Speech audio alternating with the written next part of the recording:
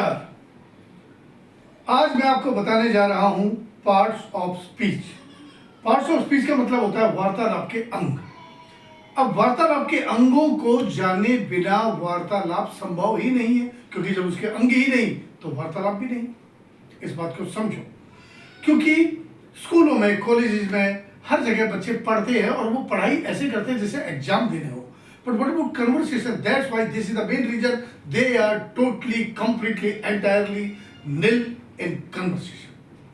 If you want to be fluent in English, you will have to go through the depth of grammar and depth of basic fundamentals. What about the basic fundamentals? These are the basic fundamentals. Parts of speech, वार्तालाप के अंग. How many parts of speech there are in English language? There are 8 parts of speech: noun, pronoun, adjective, verb, adverb, preposition, conjunction and interjection. अब हम इनको step by step समझेंगे। बहुत आसान है, बहुत इजी है। ध्यानपूर्वक सुने, be attentive. Noun is a word which is used as the name of a person, place or things. For example, Kamal is the name of a person. Ganga is the name of a person. Ganga is the name of a river. Shalimar Bagh is the name of a place. And table or bed is the name of a thing. Clear? इस तरीके से आप English बोलना भी सीख सकते हैं। बहुत आसान है, लेकिन हम लोग क्या करते हैं, शुरुआत ही नहीं करते, उसी में झिझकते हैं। ये झिझक ही आपको निकालनी है। You need to get rid of your fear. You need to come out of the fear. And what is the best way? This is the best way. You will have to start. अपने आप लोग भी मिलने शुरू हो जाएंगे, conversation start भी हो जाएगी। लैंग्वेज इज नॉट अ हवा। इंग्लिश इज नॉट अ हवा। English is a very funny language. You can learn in a fun. Next is pronoun. Pronoun is what? Pronoun का अर्थ है जो noun के शब्द पे, जगह पे जिन शब्दों का प्रयोग किया जाता है। जैसे हम बार बार Sita Sita Sita again and again we can't repeat. Sita has come here. Sita is a good girl. Sita studies in 8th class. No, again and again we don't need to make the use of Sita. Instead of Sita, we can use she. So, she, he, it, these are the pronouns. तो हम define करेंगे. Pronoun is a word which is used in place of noun.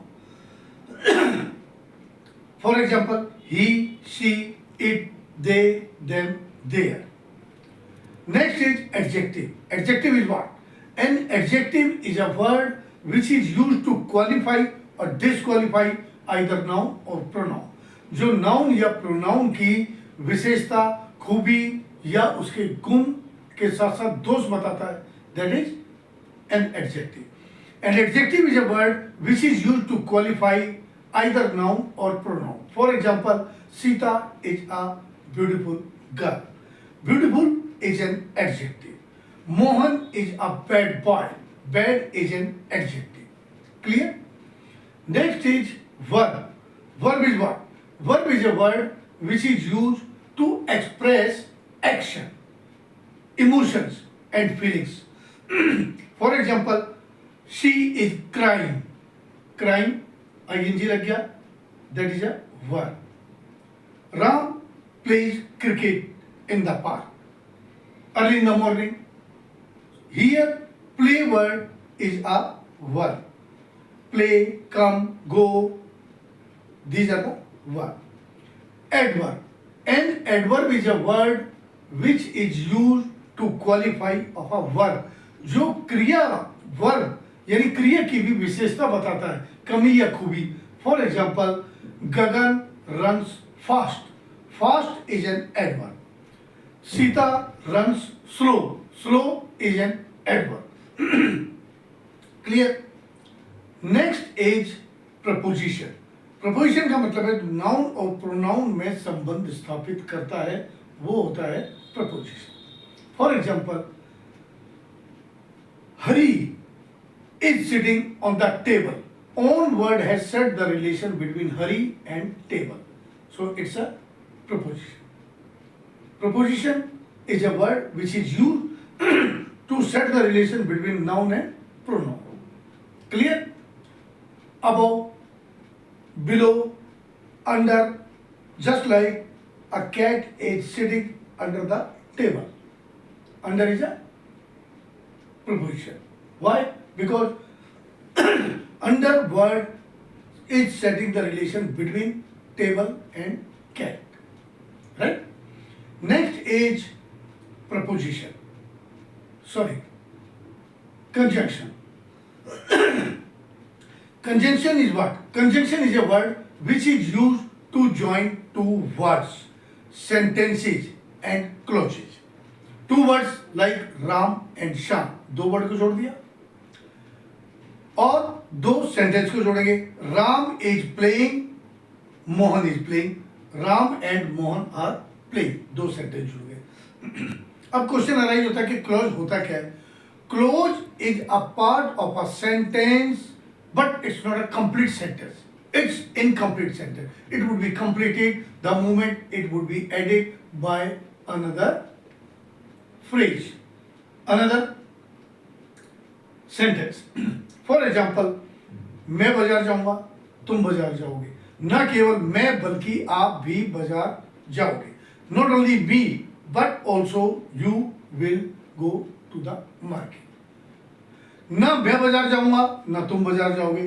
Neither me nor you will go to market. Neither nor, either or, not only but also. These are the conjunction. क्योंकि ये closes को जोड़ रहे हैं. अंत में आता है interjection. Interjection is what? And interjection is a word which is used to express some sudden feelings. Sudden feelings, oh my god, अचानक से जो आता है. ओ नो, वाओ, हमको सीन देखते हैं, wow what a scene. Oh बड़ी गर्मी है भाई. Oh is an interjection. लड़कियां हाई हील पहनती हैं, उनके पैर में मोच आ जाती है. अचानक से जब पैर मुड़ता है तो उनके मुंह से निकलता है ouch. Ouch is what? Ouch is an interjection. तो आज के लिए इतना काफी है. पार्ट्स ऑफ स्पीच मैंने पूरे समझा दिए. इनको ध्यान पूर्वक अगर आप सुनेंगे, अटेंटिवली सुनेंगे, तो definitely you will become the master of parts of speech. Thank you. धन्यवाद.